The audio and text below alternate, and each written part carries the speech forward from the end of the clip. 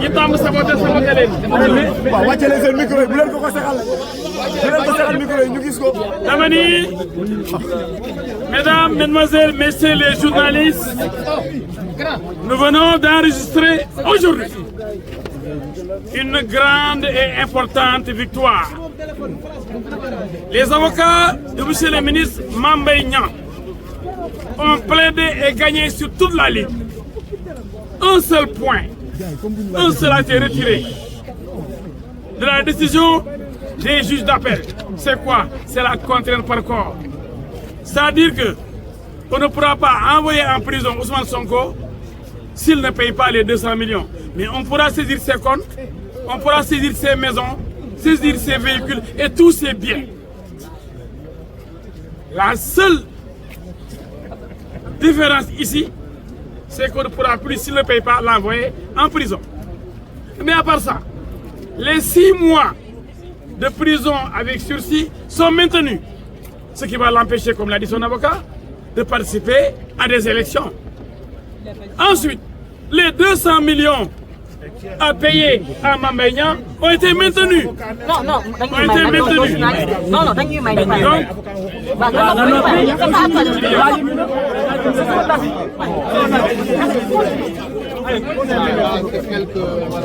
Donc, notre client, le sieur Mame Mbaye Niang, doit recevoir de Ousmane Sonko la somme de 200 millions. Cela a été confirmé.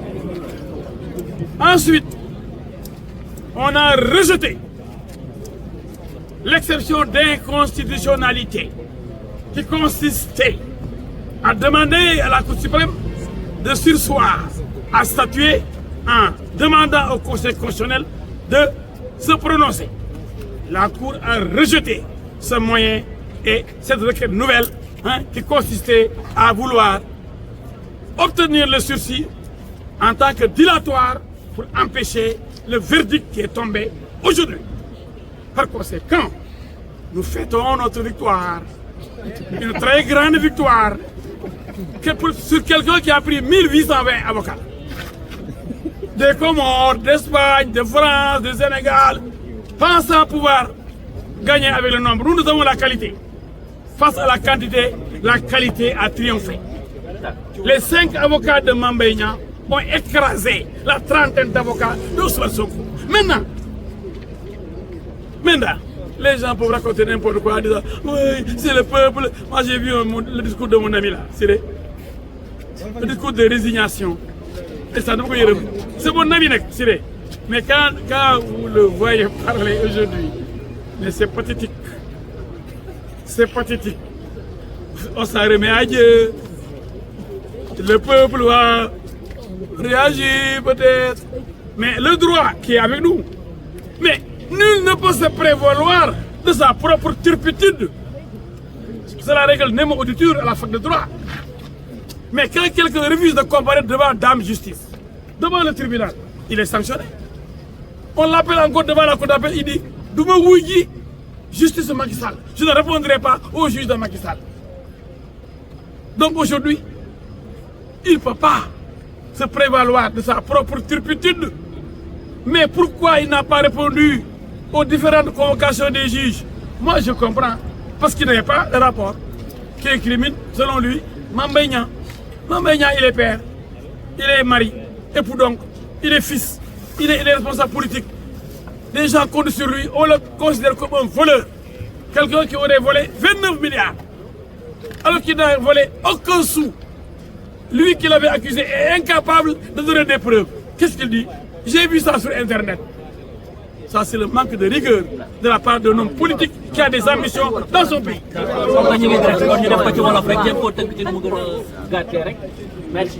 li ma leen mën a tey de am nañ ndam lu rëy rëy képp kuy avocat Mame Mbaye Niang tey am nga mbégte ndax xeex bi ñu xeex liggéey bi ñu liggéey dafa rafet pourtant junniy avocat la jàlloo loolu wala téeméer junniy millions avocat ndax jëlee nañu ay Comores ak France ak ku ma xamul ku ne Espagne ak jël Sénégal jël fi fanweeri avocat nag waaw ñun nag dañu xam ni qualité moo mën quantité juróomi avocat jànloog ñoom wax dëgg ndax dëgg mooy mujj wala leen kii nga sosal muy bàyyi di ndey di bàyyi di jëkkër am ndey am bàyyi am ay mbokk am ay militant nga ne ko da ngaa sàcc lu toll ñaar fukki milliards ak juróom-ñeent mu ne ah sama der rek dama ko raxas ñëwal fi yoon nekkee fi mbax na nekkee benn ñëwal ci yoon wane nag fu ma jëlee ñaar fukki milliards ak juróom-ñeent sax parce que bu ma raxasul sama der mu yóbbul ci yoon man dee naa fooram yi ne sàcc bi ñu ñëwoo la ci yoon pour nga leeral loolu nga ne wujjoo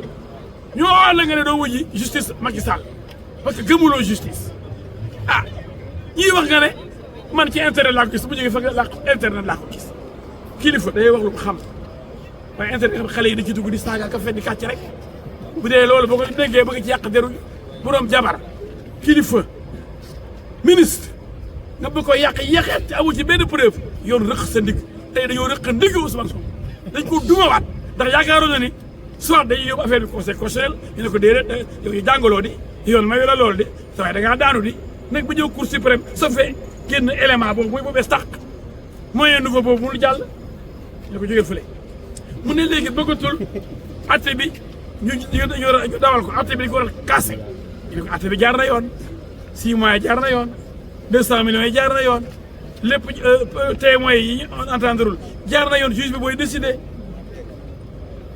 yow association bi jaar na yoon yow kay yaa lànk bañ doo wujji di daw di dëbboon teg huissier ku la ngay làq fu ne ndax ragal ndax xam nga boo demee sa gàcce la ndax la nga waxoon du dëgg te mënoo ko firnde ñu di ko nekk di ko firnde ko rek Wolof Njaay mu ne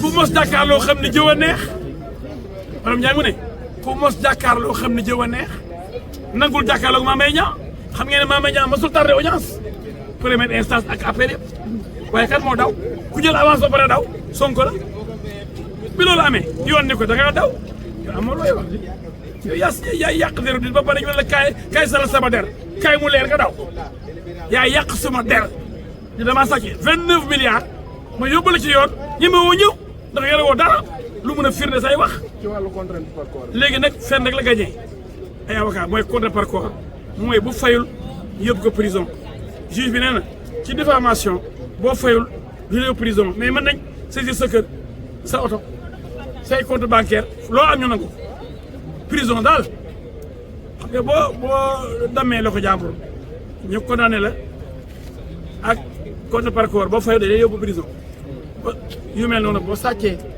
yooyu yëpp dañuy am compte par corps mais diffamation amul compte par corps ci le juge bi wax kon may nañ ko ni moom buñ ko bu fayul it kenn du ko tëj kaso waaye lu mu am comme l'avait dit Mame Mbaye dañ jël fourchette yi jël kawas yi jël ay daalam nangu kon du ko baal dara kon nit ki buy wax lii dañ ciy jàngat dara mooy nit ñi nañ jàng ni wax dëgg waaye yàq der dafa yomb saaga dafa yomb taal dafa yomb waaye koo fi def dina rëq sa digg